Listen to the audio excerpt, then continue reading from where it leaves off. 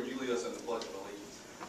I pledge allegiance to the flag of the United States of America and to the republic for which it stands, one nation, under God, indivisible, with liberty and justice for all.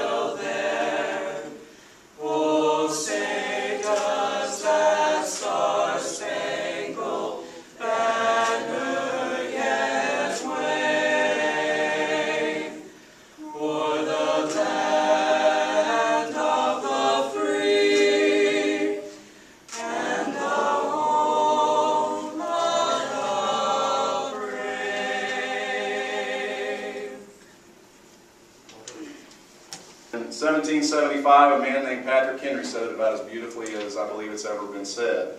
When the question was posed whether men would take up arms and for what purpose they would take up arms.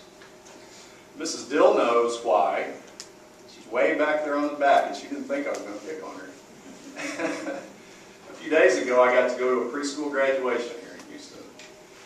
And at that graduation, the teacher of these little 5-year-old souls asked, what do you all want to be when you grow up and why? And each one of them, one by one, told what they wanted to be when they became adults and why they wanted to do that.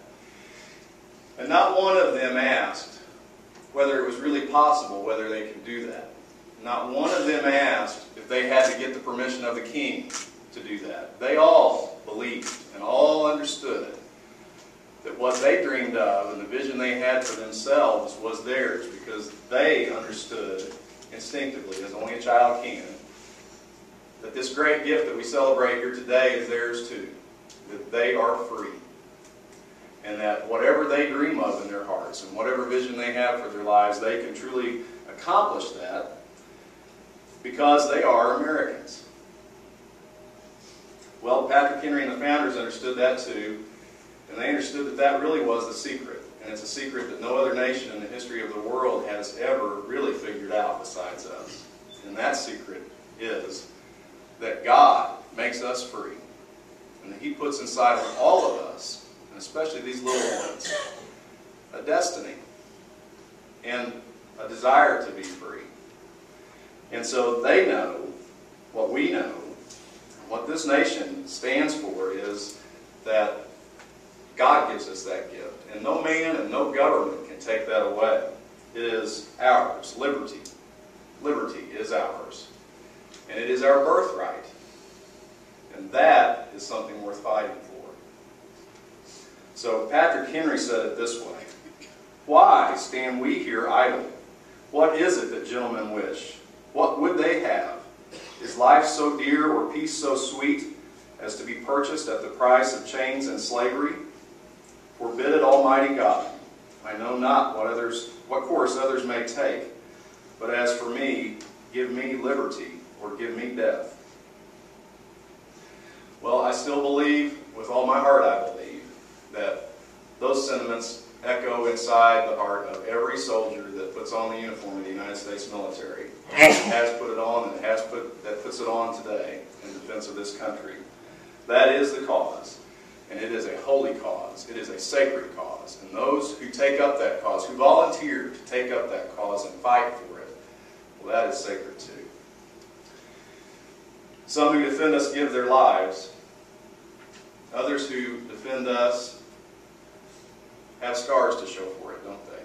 All who defend us give up parts of their lives. And some of those scars that they carry are scars that we don't see. And sometimes those are the hardest scars of all to deal with, and the hardest fate of all to deal with. And so today, we ask the question, what is owed to such brave souls who would voluntarily agree to take up this sacred cause? And the answer is everything. There is no way to repay it. There is no effort that is big enough. But when we have the chance to do something, Texas County, Missouri says that when we have the chance to do something, let nothing on earth stop us from doing so. And so, most of them are able to make the adjustment and it's fine. But that's most, not all. And for those whose scars haven't healed, who get in trouble, don't we have as much responsibility to them? Don't we want to have as much hope for them? For people who get in trouble, who didn't serve their country at all.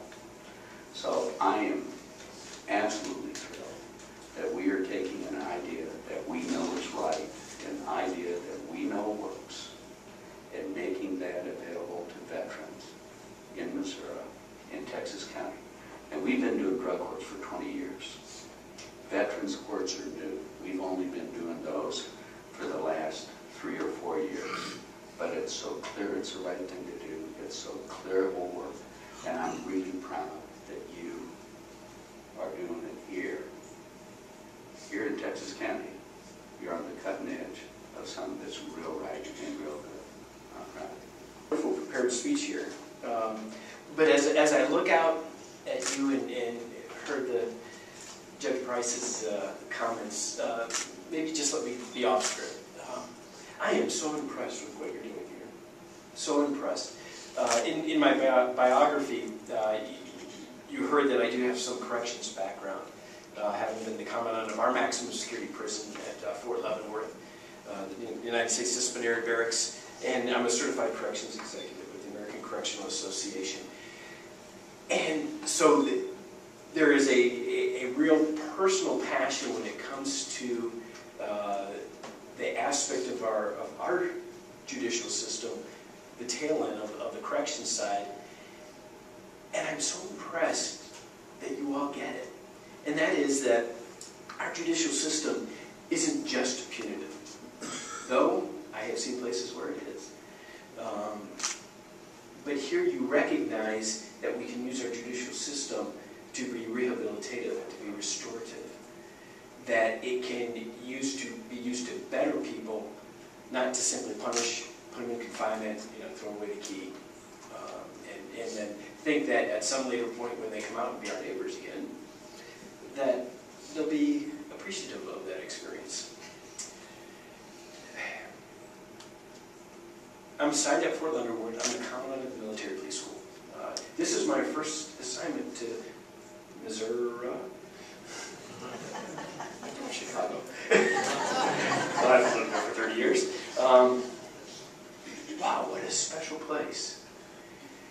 So something I realized that, in the counties around Fort Leonard Wood, Fort Wood, there are at least 55,000 veterans. And right now, for soldiers to get assigned to Fort Leonard Wood, over 60% of them that retire out of Fort Leonard Wood retire right around here.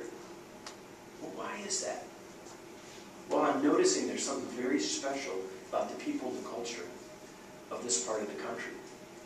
And that what is happening here today with the establishment of the Veterans Court is showing that aspect.